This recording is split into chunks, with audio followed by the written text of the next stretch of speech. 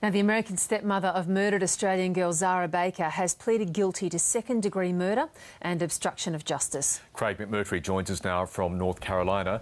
Craig, you're in the court there today. Were there any further explanations given as to why Elisa Baker murdered Zahra Baker?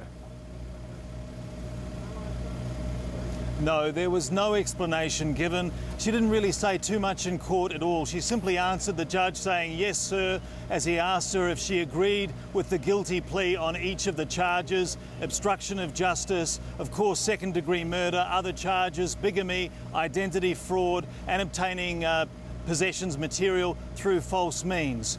She didn't offer any explanation, and that is the big question in this case right now. Even after all these months, it's been nearly a year, authorities still don't know how exactly Zahra Baker died.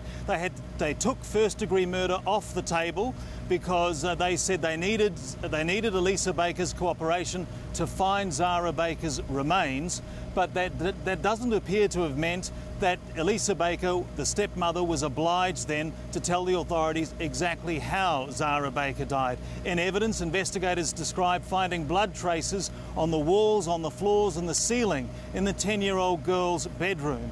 But there is no satisfactory explanation. The autopsy report simply says it was undetermined homicidal violence. But the authorities are saying that they believe it was Elisa Baker, and they have effectively exonerated her Australian father, Adam Baker. What was the mood like there, Craig, in the courtroom?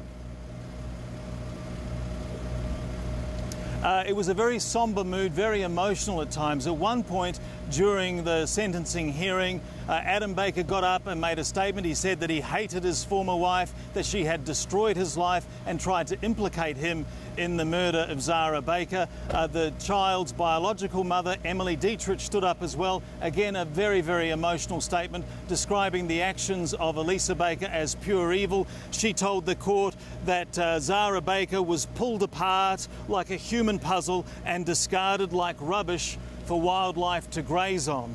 By that, she's referring, of course, to the very gruesome facts of the case where the child's body was dismembered, parts of Zahra Baker placed around this county here in North Carolina. Elisa Baker led authorities to some of the places. Some of the remains were recovered, but not all of Zahra Baker's remains. And finally, Craig, when do we expect the sentence to be imposed here?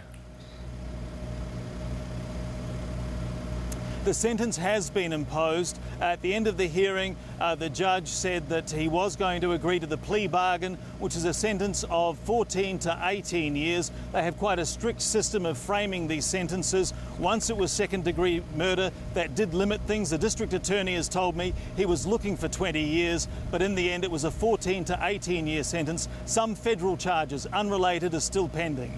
Craig McMurtry at the courthouse in North Carolina, thank you very much for the update.